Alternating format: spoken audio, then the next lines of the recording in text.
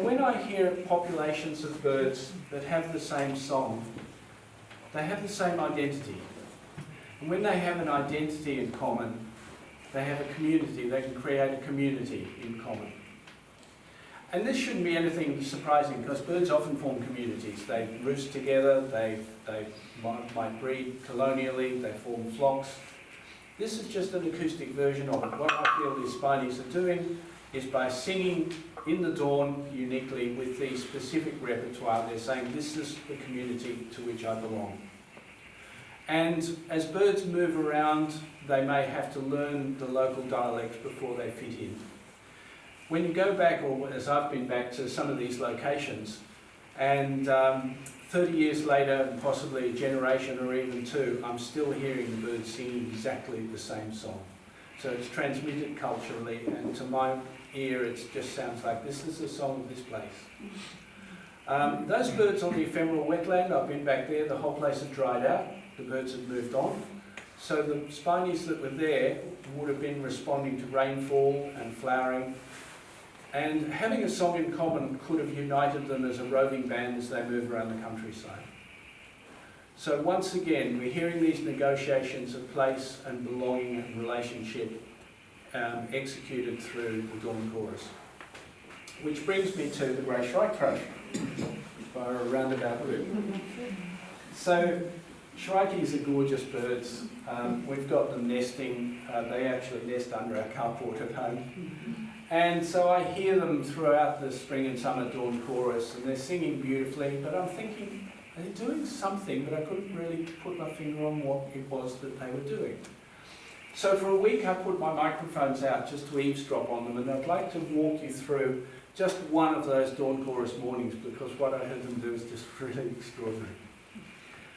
So the dawn chorus began in the way it usually does, and by the way, there's a sequencing of species in the dawn chorus. It's another thing that tells you that the dawn chorus is a unique phenomenon amongst birds. So the magpies have been singing in the dark for quite a while. Then the kookaburras kicked in. They often seem to signify when the dawn chorus is actually really getting going. Fairy wrens, robins, early singers in the dawn chorus. It was probably about half an hour before the first shrike thrush began calling.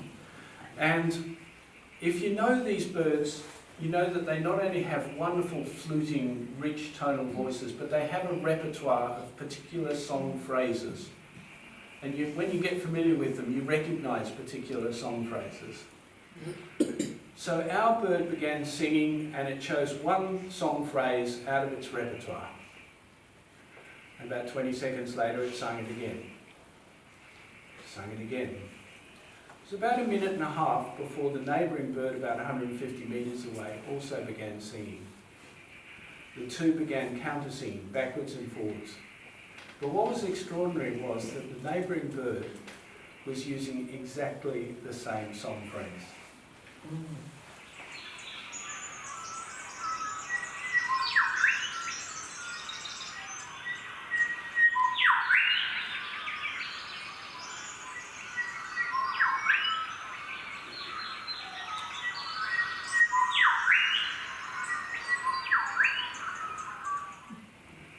This continued for about 15 minutes or so, and in that time a lot of other shrike thrushes could be heard to join in from much further afield across the landscape. They were all singing with this song phrase. And then something amazing happened. The bird down the hill sung a completely different song phrase. Immediately our bird picked up the new song phrase, and within half a minute the entire community within earshot was synchronised around mirroring this new song phrase.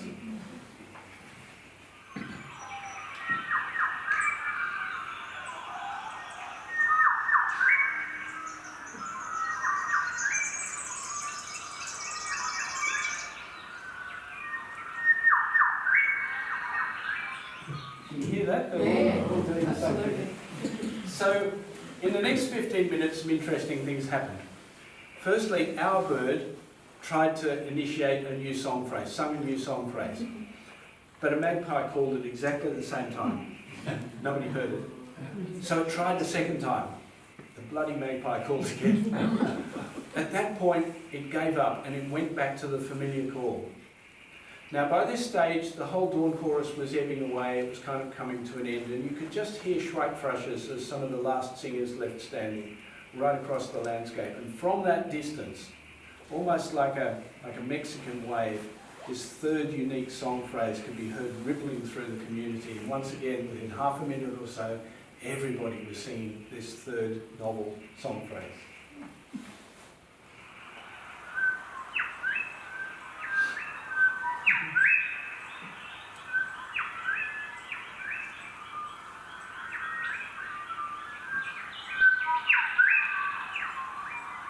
You can hear some way off in the distance there.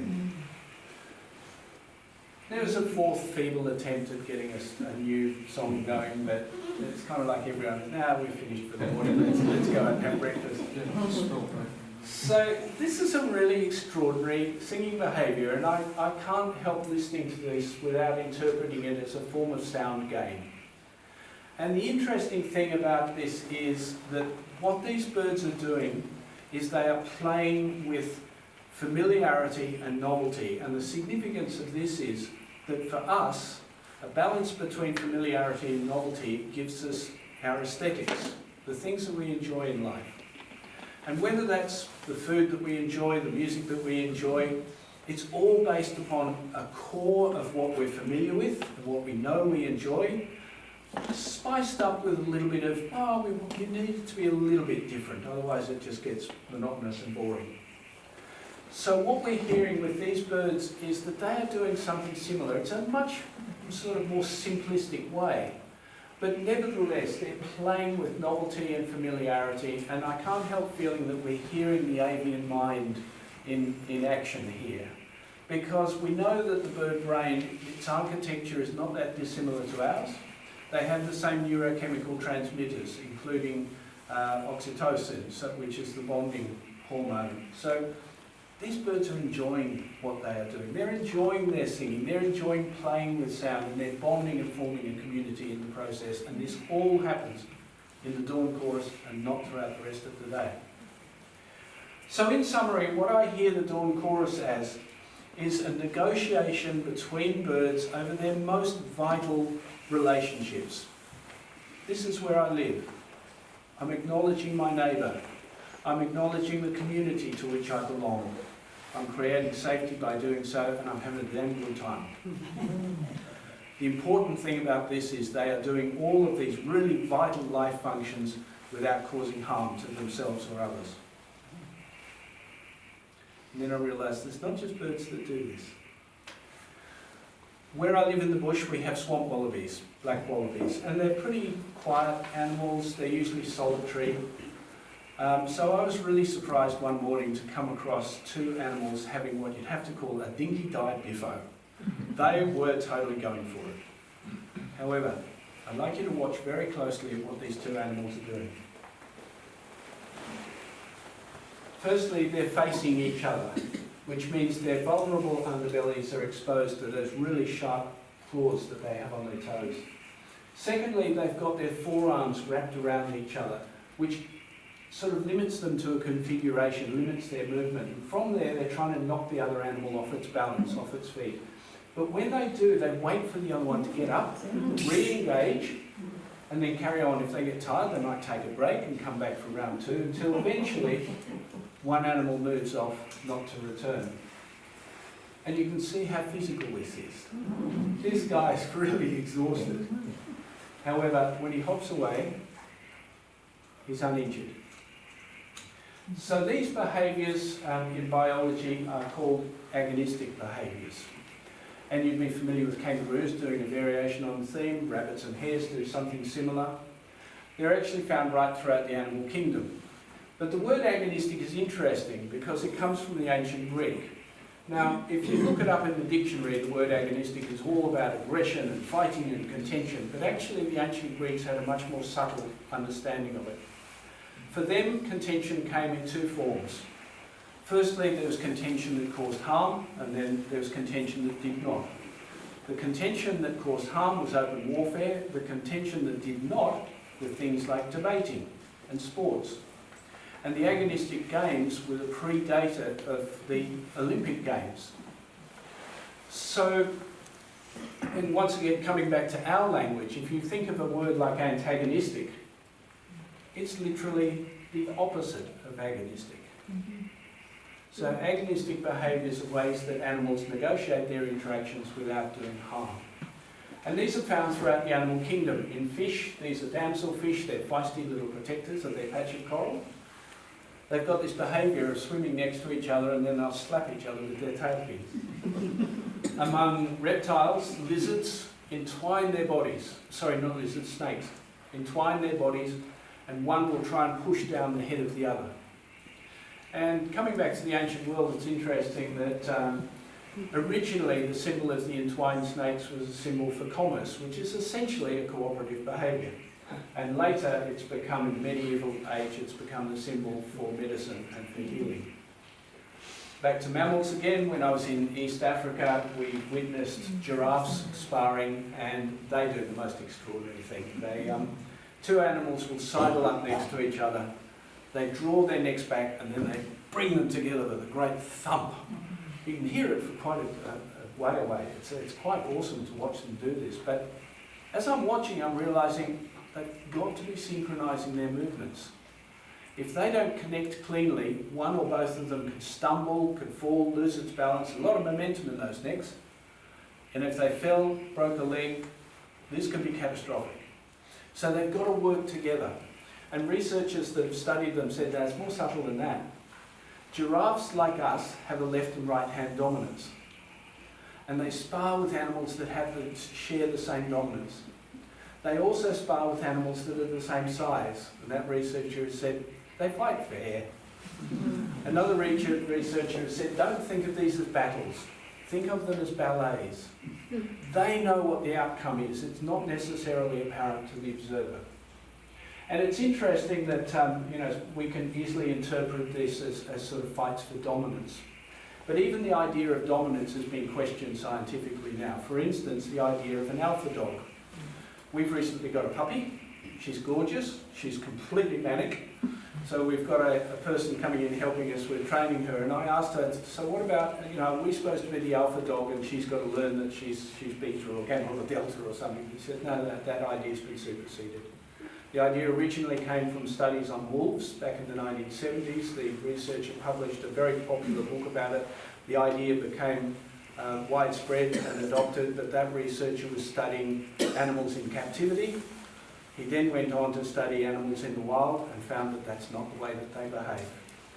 They behave as egalitarian family units, and there is a natural authority of the animals that are older, more life experience, the breeding pair, for instance, that will teach the younger ones. So there's a natural authority, but it's not a dominance that is fought over. So once again, these are ballets. They are about negotiating their interactions, their access to resources such as breeding opportunities, but it's not about winning and losing. And just coming back to the body language of this, entwining snakes, this is the way that they mate as well. And in giraffes, twining their necks together is a symbol of affection. So these agonistic behaviours are found throughout the animal world in different ways. Birds sing, other animals have these physical, ritualistic behaviours by which they negotiate their contentions. And for me, this raises the question, what happened to us? Why are our contentions so messy, so costly, and often end up being unresolved? So at this point, I'm going to invite you into what I think of as deep listening.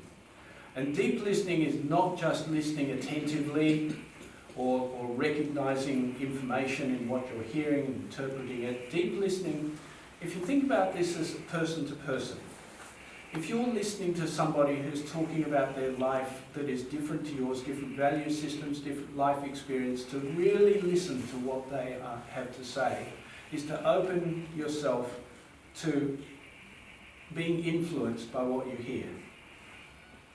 So for me, deep listening to nature is not just listening to nature to learn about nature, it's to learn from nature. And because we're listening to animals communicating, essentially we're talking about relationship. And if we take that in our human sense, relationships can basically boil down to cooperative or competitive relationships. We might think of those as equal and opposite, but nature doesn't treat them that way. So firstly, let's talk about cooperation a little bit, because cooperation is audible in the natural world. It's ubiquitous, but there are times when you can hear these wonderful occasions of cooperation, and one of them is a mixed species foraging flock. In the tropics, you get multiple species, sometimes dozens of species, hundreds of birds. They all move through the forest together. They're from the forest canopy right down to the forest floor. They're all vocalising. Sometimes it takes half an hour, 3/4 of an hour for a single flock to move through. It's an awesome spectacle. But we also have foraging flocks in this country. They tend to be in the non-breeding season, and they're much smaller, and they involve a mixture of woodland birds, including in this example, fairy wrens, tree creepers, weebills, robins, and buff-rump thornbills. And you can hear the whole flock being held together by these contact calls.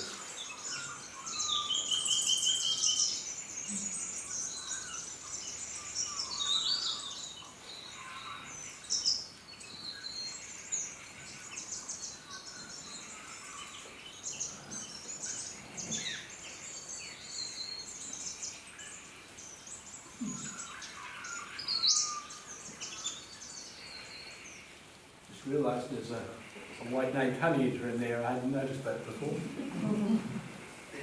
So, cooperation is ubiquitous in nature. Nature's really built on cooperative relationships. And so, for us, to learn about cooperation, well, to be honest, it's not much of a lesson for us. We are one of the most cooperative species on the planet. One of the most social and cooperative. It's made how we've made the world the way that it is. However, there's a twist to this. In nature, the most advantage is gained by cooperating across difference. Here we have a whole range of different species. They all forage in different ways, at different altitudes and strata in the forest, different manner, and yet they cooperate in an essential cooperation to do so. So for us, the real lesson is to cooperate across difference. That's where you get the most benefit. And if you think about natural ecosystems, for instance, the symbiotic relationships between plants, mycorrhizal fungi and bacteria, flowering plants and pollinators of all different descriptions, and in marine habitats, coral polyps, algae, crustaceans and fish that protect the coral and so on. You can see that these relationships exist right across the breadth of life on our planet. And they form the absolute foundations of natural systems. So if we're to learn anything about cooperation, it's that, we can cooperate. It's easy to cooperate with people who think the same as you, and look the same as you, and talk the same as you, but it's much harder to cooperate across our cultural differences in language, race, and so on. And yet we have to. We're faced with a global problem. Not just climate change, biodiversity loss, but also social problems, economic and so on. So if we're really going to get our heads around these, we've got to work as one species. And this is not a new idea. Martin Luther King, 60 years ago, was talking about this. For him, the civil rights movement was not about race at all. It was about everybody coming together and working as one humanity. So for me, listening to nature affirms what we know instinctively, but it's a really important thing to recognise. Okay, so that's cooperation. What about competition? We're told that competition is essential, it's natural, brings out the best in us, always achieves the best outcomes. But what nature teaches us is that competition is costly. There are always costs to competition. And natural selection, being the accountant that it is, tries to find ways of avoiding those costs. And agonistic behaviours and the dawn chorus are just some of the ways in which it does so. It turns out that actually our species has our own agonistic behaviours. And so we can apply agonistic principles in our world too. And those agonistic behaviours include basically talking things through, listening to each other, coming to common ground, understanding each other. And there's that word listening again. And we're working towards a sense of fairness, a natural justice, a fair outcome. You might think of these as being personal things that we bring to the table, to our lives, a sort of basis of good moral character, but once again, this is not how nature deals with it. Nature doesn't, these agonistic principles are so important, they are not left up to the whims and inclinations of an animal on a particular day. They're baked into the animal's DNA. We can't do that, but what we can do is bake them into our civil systems. Those civil systems include our systems of governance, our systems of economics, our education, our law, and our culture. You might look at that and think, well, look around the world at the moment and you think, yeah, good luck with that one, Andrew. It's unlikely to happen, isn't it? But actually, we already do quite a lot of this. We've got diplomacy, we've got forums for people to talk and communicate and find and resolve their differences. All we have to do is recognise how important this is and sort of intentionally include these agonistic principles or base our systems on these kind of agonistic processes. And the thing about it is, this isn't a philosophy. This isn't Andrew's pet philosophy or something. Firstly, a lot of people are working on these ideas. Things like earth law, ecological economics, different forms of governance that include us all in the democratic process a lot more personally. So a lot of people are thinking along these lines that kind of mirrors the way that nature does things. But essentially, it's not a philosophy. And the reason is that natural selection is not a philosophy. It's survival. It's simple survival. And if we want to survive as a civilization, as people, we can learn from how nature's doing it, because nature is the model of a sustainable system. And once again, this is not a new idea. Basically, we can call it biomimicry. We're going to copy what nature does. We're going to apply it in our own way, but we can take the similar principles. And this is not a new idea. Leonardo da Vinci, about 600 years ago, said, and I love this quote, but I'm going to mangle it terribly because medieval Latin is not really my thing. But he basically said, if you're trying to solve a problem and you're not looking to the inspiration of nature for your model, you're working in vain. You're wasting your time. So for me, when I'm listening to the natural world, I'm hearing nature expressing these principles on which it sustains itself and creates its longevity. It's telling us how to live.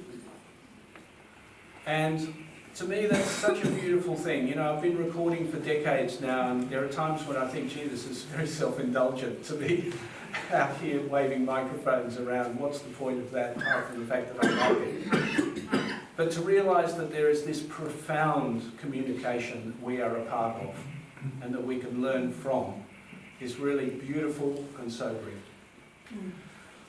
I'll leave it there for you to think about in due course, but I'll move on. I've got two last species to talk to you about. The first of them is the Australian raven. It's one of our corvids. We have about half a dozen species of crows and ravens in this country. And it was one of them that taught me what I feel is the most important learning about how to actually listen to other creatures around us, to listen to nature. And it was one of these birds, a Teresian crow, that taught it to me. They're very social birds, they're highly intelligent birds. Some species of crows, as you probably know, are tool makers and users, like the Caledonian crow. And this guy's probably trying to work out what the point of a fork stuck in a fence post is. So on this occasion, I spent a couple of weeks in the outback, and I'd often put my microphones out in the very early morning, at 2 or 3 a.m, start recording in the dark. And I'd come back around midday and pick up my rig and just find out what adventures my microphones had had while I was away. And I'd often find that the local crows had come out to investigate my microphones. But on this occasion, a bird did something really extraordinary. You can hear it fly in, gave half a dozen calls. It came a bit closer, it dropped down to the ground, and then it hopped along until it was right underneath my microphone rig. And then it began vocalising.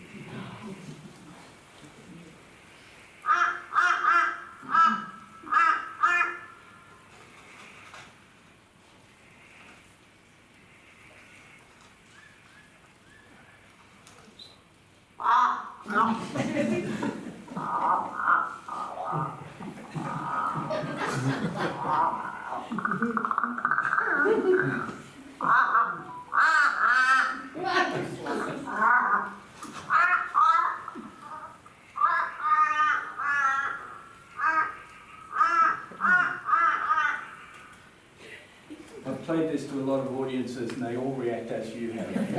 You can't listen to this without hearing this bird's curiosity and even its disappointment that and then telling all its mates, nah, moving along, nothing to see here.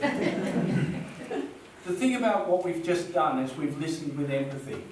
We've extended ourselves as living creatures into the mind and the emotions of another living creature. There's nothing wrong with that. This isn't anthropomorphism. This is a natural capacity that we have. So when we extend that empathy with each other, it gives us a true knowing of another person. And that knowing is the beginning of compassion and care. So to listen to nature in the same way bridges the species barrier. It allows us to connect empathically with another creature whose life might be quite alien to ours and we can't really understand how it lives in the world. But with some species you can get a sense of it, and with other species you can at least hear them giving voice to themselves. You can hear their presence in the world and their right to share this beautiful planet with us. So this crow taught me the most important thing, which is that, yeah, it's wonderful to listen and understand what you're hearing, to be curious and fascinated and learn about nature through listening.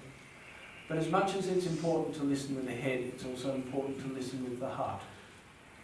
And to be honest, you don't have to know what you're listening to. You don't have to identify the species or what its behaviour is or why it does what it does.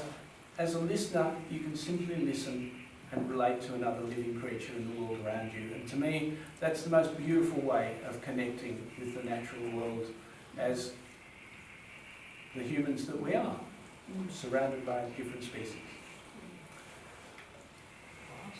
Last species is the superb fairy wren. And I recorded this bird, this male, on a spring morning. Sunlight was coming into a glade in the forest. Its plumage was iridescent in the sunlight. And it sung for about 15 minutes, which is a long time for a fairy wren to be singing. Here's just a short excerpt.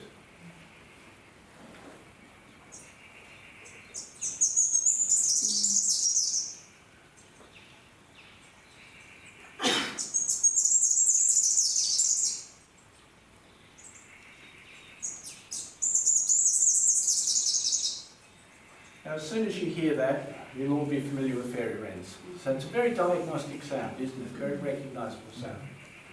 But you're getting good at your spectrograms now. Here's the first of those song phrases. Just have a look at it, take a little mental snapshot of it. Here's the second one. And here's the third. This bird sung for 15 minutes, and in that time it never repeated itself once.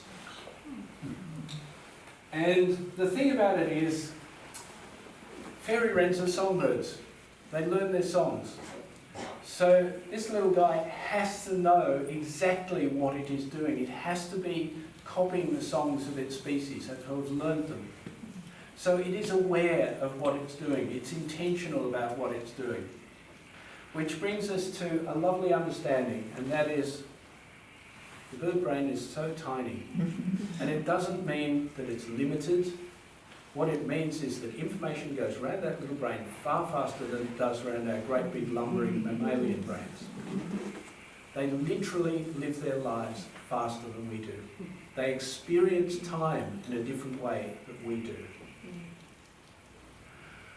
So for me, I'm listening to this fairy wren and it all just sounds the same, this lovely little shower of sparks of high frequency sound. But this bird knows what it's doing, and I thought it's cognizant of it.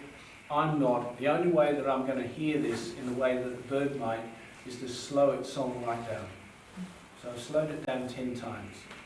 In the process, it's dropped in frequency a little bit more towards our sort of vocal range. It's also stretched out the natural echo that was there in the forest, which makes the whole thing sound like it's underwater. That's sort of an artifact of the slowing down. You can ignore that. As you listen to this, think that you are hearing this in a way that might be comparable to how the bird actually hears it itself.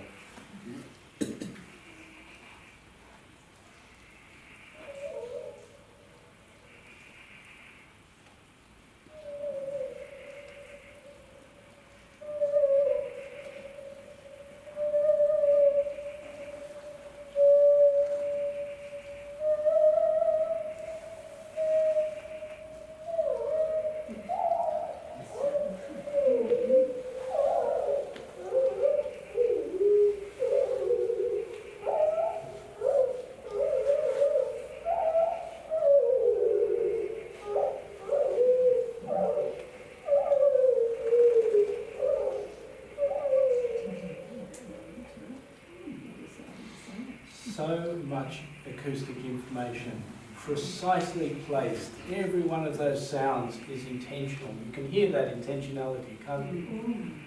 And all of that in 1.5 seconds. And as I said, this bird was singing for 15 minutes. He was singing an epic poem. So for me, sound takes us into the wonder of the natural world, the things that we just don't expect. You think of time as being this permanent thing. It's not. Time is dependent upon cognition, and every creature lives it differently. You can see how alert small birds are, how quick their reflexes are. It's because their brains work quicker. Things like dragonflies work even faster. We think that they live around about 100 times faster than we do.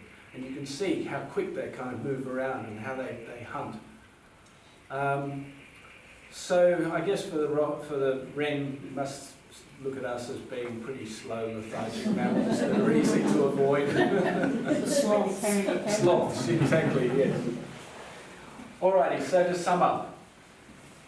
To listen to nature, you need to slow down. You need to extend your senses. You need to take in the whole world around you. At least feel yourself in that place. And when you think about the word nature, you think of nature as being a habitat or a particular species, or a park that you might go to, or a place you go hiking, or down by the beach or the river or something.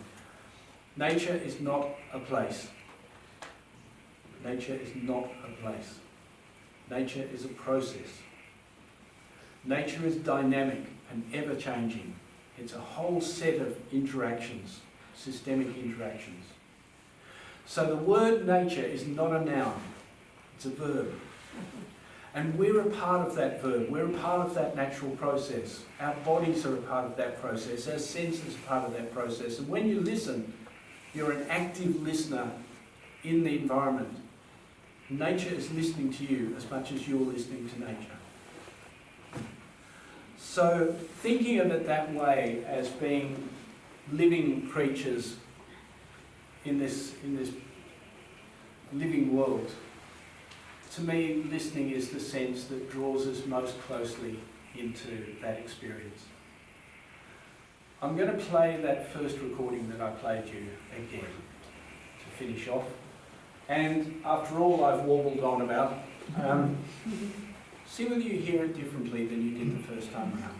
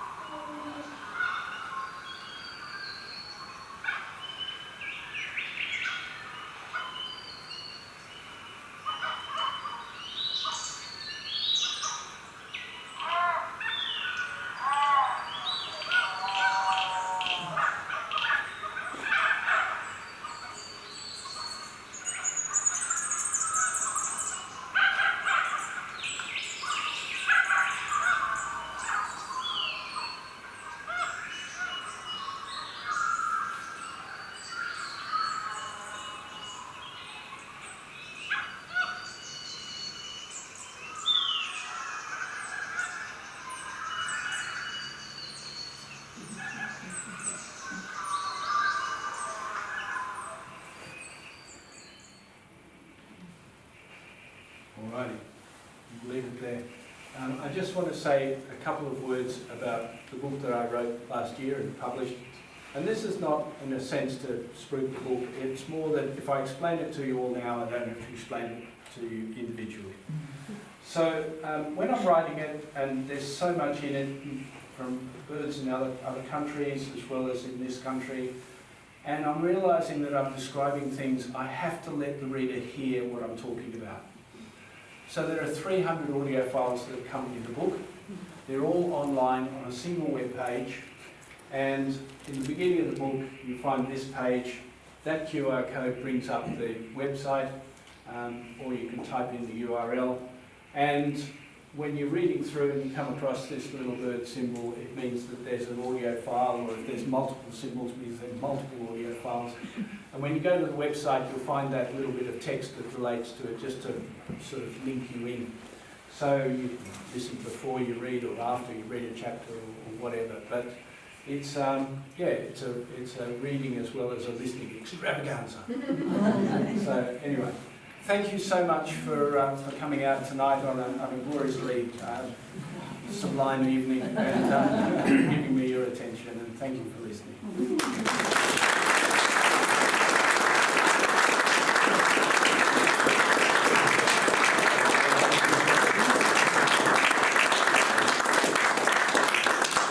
Yeah, I'm sure everyone else found it as engrossing as I did. I thought it was excellent, enlightening as well. I'm sure there's some questions, so I'll just let people throw their hands up and fight over who goes first. Andrew, using the term agonistic, are you indicating that it should be used intra-specific as opposed to interspecific? Is that what you're saying? It's mostly interspecific. It's contentions between individuals of the same species. That's the way it manifests in nature. So if we're talking about our contentions as a human species, that's where it becomes relevant. And because it's a process that is found throughout the natural system, the natural world, we can analogize what's happening in nature to the processes that we embody in our human systems. So that's why I'm suggesting that the processes that we experience in nature can be thought of in terms of principles that we can apply in our human systems as well. Is that? Yeah, okay. Yep. Thanks, Andrew. That's sort of put a very deep lens on nature positive. Yeah. You know, the new term. Yeah, the new buzzword. Yes. But, I had a question about where religion or religious behaviour and belief systems that tend to really pull people together but divide populations apart. Where do they sit in an agonistic system? Yeah, how long have we got? That is a wonderful question. And that comes from Sapiens and Yuval Harari. That's his yes. thesis. Okay, let me try and answer that. And this is just the way that I think of it. I'm sure that other philosophers and people have thought about this in similar ways or different ways. But anyway, the way I think of it is that there's two levels of information in the world. There's information that you can verify scientifically. We call those facts. The other kind of information can't necessarily be verified, but it's absolutely crucial. And that's belief. Now, you need both. You can't just live by facts alone. You need beliefs. Every one of us has beliefs, whether they're religious or otherwise. And I think of it a little bit like the human body. We've got a skeleton. It's solid. It's fixed.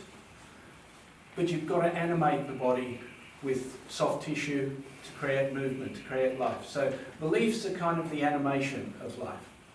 And to me, the value of a belief is not whether it's true or not.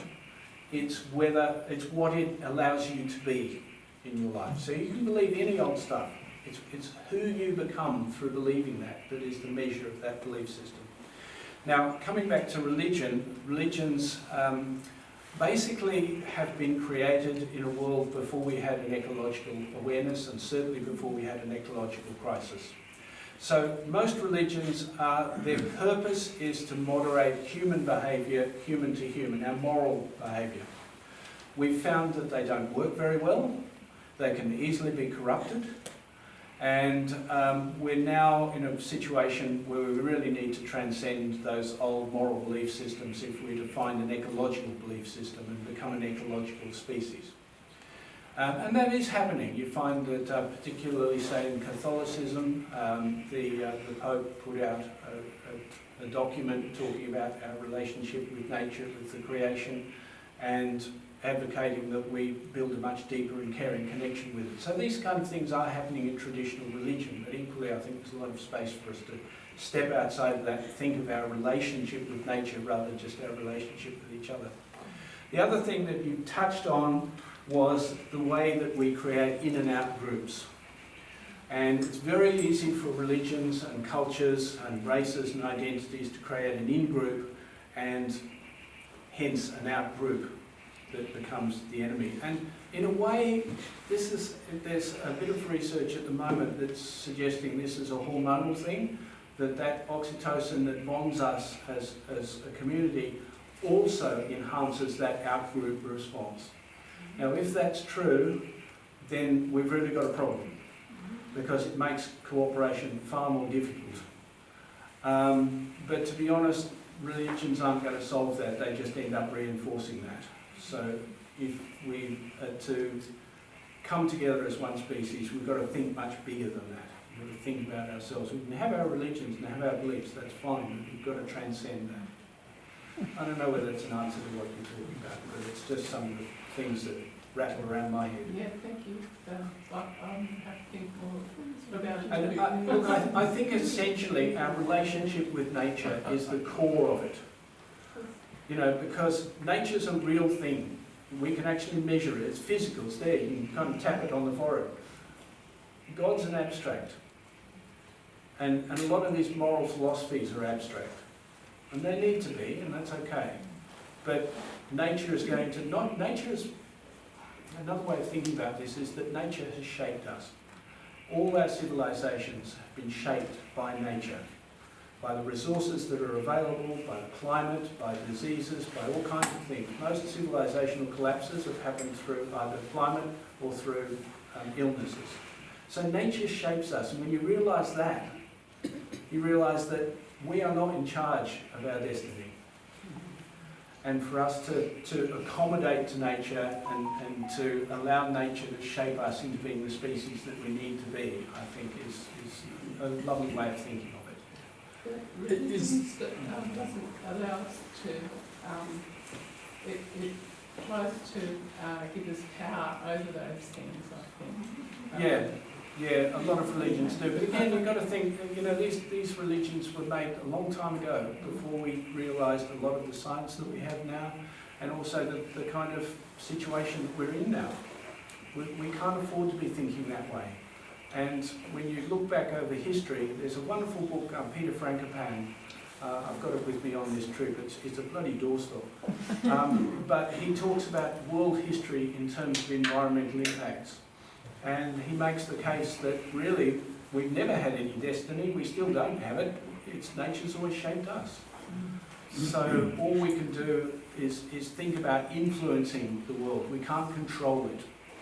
And that's a really important distinction, I think. Natural systems can only be influenced. You can't manufacture a natural system. Anyway, let's... I was just saying we haven't sort of talked about the Aboriginal spirituality, and you know that to me that's so important to understand and being grounded in a lot of their ways of doing things. Thank you for bringing that up. I have written a little bit about my experiences with Aboriginal people in the book, and I personally feel a real affinity with what they're talking about. I don't tend to talk about it in groups like this because I don't feel as though it's my place, and I certainly do not want to represent Aboriginal thinking, that's their job. But I've learned some really important things from them, and it's that interrelationship between nature and ourselves. One of the most beautiful things an Aboriginal man said to me when I was out in the bush with him, and I said, "Oh, it's nice just to tune into nature." And he said, "No, mate. Yeah, it's just you're here for nature to tune into you and find out what kind of person you are. Find out what kind of character you are, because if nature can trust you, it'll start talking to you." Now, scientifically, that's just a nice lyrical, poetic idea. But when you think about it, like I said a little bit earlier, nature observes us and listens to us the same as we observe and listen and sense. So there is this backwards and forwards relationship, and coming back to that thing of nature influencing us. This is what I understand Aboriginal people are saying. There are some other levels to it. I've put in the book about the quality of listening as a cultural thing, and as Westerners we are not good listeners. Indigenous people all around the world listen to the natural world. Aboriginal people talk about listening to country, and I think they mean it literally. And to listen and to learn from country. And so for us to do that is, I think it's a very important cultural transition to make. Yeah.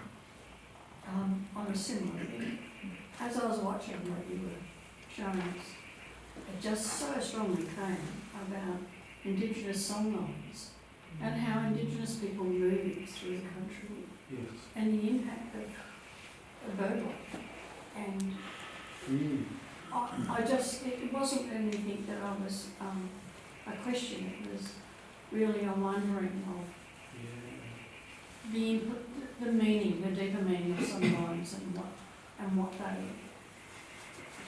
mean. It's a really interesting question, and I've thought a little bit about it, and I don't suggest that I've really got any great insights, but when I was in Europe, birdsong is utterly different in Europe. Most of the birds are migratory, they come in, they find a new mate, they breed quickly, they have a large clutch of chicks because most of them are going to die. And once the weather turns, everyone's got to get out of there and get back down to warmer climes in the Sahara. It's the same in Northern America. So the relationships of Northern Hemisphere songbirds are so ephemeral, they're always changing. Whereas in Australia we have resident birds that form lifelong pair bonds. They form these beautiful duetting relationships to maintain, like the pied butcherbirds and magpies. And so our birds do something different. And surprise, surprise, our Indigenous people do something different. They can follow songlines because they actually exist in the landscape. These birds are resident in particular places, and they do things that are bonding and connected with each other. So I think once again, in terms of that influence of nature, Indigenous people in this country have learned from natural systems and behaviour of birds and animals. It's very different in Europe. They're much more individualistic and ephemeral. Hey, guess what? What's our culture? Individualistic. And it's all about territory too. Whereas here it's not. Yes. Yeah, and I think that like if you use that idea of nature's listening to us while we're listening to nature, then here is a very special place because of those reasons, because the animals exist in the landscape for long periods of time and don't move on because of the cold and the hot. And also the Indigenous people, deep time, have been in the same places. You know, genetically they've proven that you know, for 40, 30,000, 20,000 years, that particular tribe has inhabited that particular landscape. Now, like, I only have the concept of one lifetime in this landscape. Yeah. You know, to have that concept of actually, like you said, they can see this online because they've been in nature, looking at nature while nature's looking at them for such a long period of time that even it's almost as though the humans here have become like the animals here, you know, where they live cooperatively, they live long, so it's almost like that. I mean, as nature is, the interconnectedness of everything, not just us ourselves, but us and the landscape. And that's, that's really what you're saying is like, sign me up. Well, also, I mean, songlines are an interesting thing because, and the question comes, If you're an oral culture, you don't have writing, you've got to transmit information from one generation to the next, and you've got to transmit it accurately, 100% accuracy. How do you do it? How do you memorise all this information? And Indigenous people don't just memorise the important stuff, they memorise whole sort of species lists of things that exist, even those that are not actually useful to them in medicinal or food sense.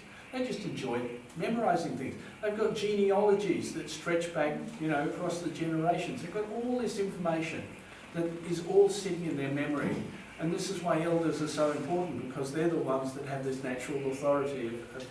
But it's interesting because one of the ways of memorising information is to instill it in the landscape. And so a songline is a journey through the landscape, and there are various points where rituals are performed to invoke that knowledge and to share that knowledge.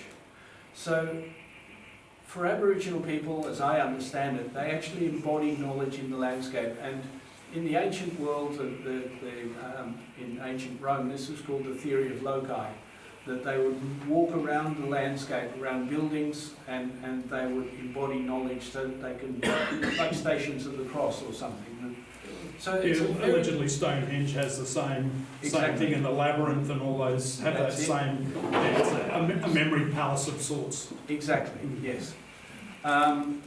This whole topic, my friend of mine that actually happens to live in Castlemaine with me, Lynn Kelly, has researched this quite extensively, and it's a fascinating theory. There's an interesting little sort of twist to it, which Lynn doesn't really talk about, but I'm fascinated with. So if you have authority vested in the elders in an oral culture, and it's a natural authority, what happens when you get writing? And a 6-year-old kid can read it. Where does authority and power then become vested in? Somebody that takes it. And that's the moment that you start. Yeah, well, exactly. If you haven't got authority naturally vested in the landscape and in nature and in the elders, then for somebody to take that authority, what they can do is create an imaginary being that they inherit their authority from, that they uniquely have a relationship with. And this is what you find in priestly castes and royal castes in the ancient world, and it still kind of happens today. So, you're thinking about how do these systems of power and authority emerge from where we used to be as Indigenous cultures to where we are now. It's a really fascinating topic to think about, but we've just become so far from that natural authority of nature as being the source of our... It's almost like the religions developed out of that being in nature. That's the spiritualism, I guess, or the connection of being in nature, and then the religions have developed in a way because then we came into large communities, the religions developed as a masquerade of nature, but they actually weren't nature because they weren't inclusive. They were, like you said, they were one person or one group having control, and then, anyway, we're going way off the bird. Well, it's interesting because you guys have asked me questions I've never been asked before. And I'm fascinated with this, but, yeah, lovely. Right, Alyssa's last question. Yeah, well, my question is far less philosophical. Oh, good. Let's bring us back to... It sounds like you've done quite a few overseas trips. Which trip comes to mind as being one of the most memorable for you?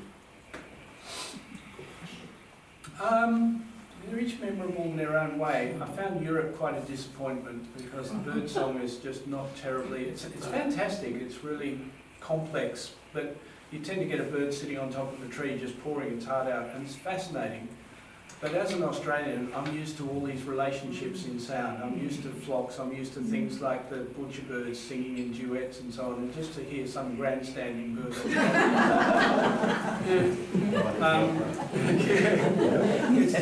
I've got a different ear for these things. So some of the places that I found most fascinating, East Africa was just an absolute plunder every day.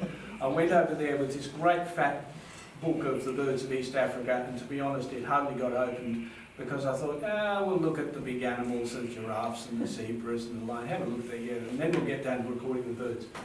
No, those big animals have got so much charisma. And you just spend hours and days watching them. I mean, we sat by a lion kill just watching it tear apart a buffalo. And it's kind of like, oh, wow. So that was a big surprise.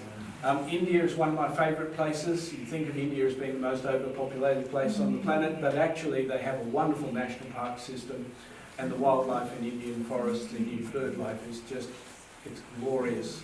So you not only have Bengal tigers, elephants, gore, a range of different deer, leopards, but you have the most beautiful birds as well, things like drongos and rollers, and the Indian roller is just a gorgeous sort of, like an amethyst diamond, gorgeous bird. So India I love. Closer to home, Papua New Guinea and the Solomon Islands I found really fascinating. Some really interesting birds, especially because they are related to the Australian fauna. To compare what we're familiar with here with neighbouring birds is, I found really fascinating. Some interesting insights came out of that. Sorry, it's a long answer to the question, but thank you.